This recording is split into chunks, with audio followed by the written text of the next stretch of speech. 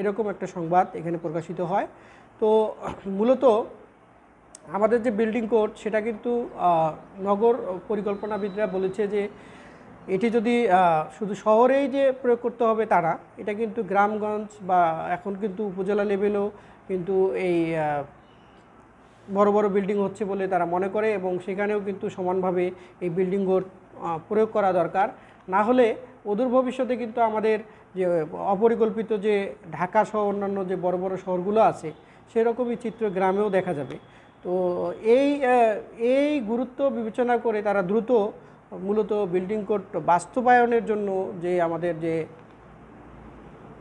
আমাদের যে কর্তৃপক্ষ প্রতিষ্ঠা করার কথা ছিল সেই কর্তৃপক্ষ প্রতিষ্ঠার জন্য তারা আহ্বান জানিয়েছেন সরকারকে। এরপর মূলত এখানে আলোচনা আসে যে 1993 সালে প্রথম এই বিল্ডিং কোড চালু করার জন্য বা বিল্ডিং কোড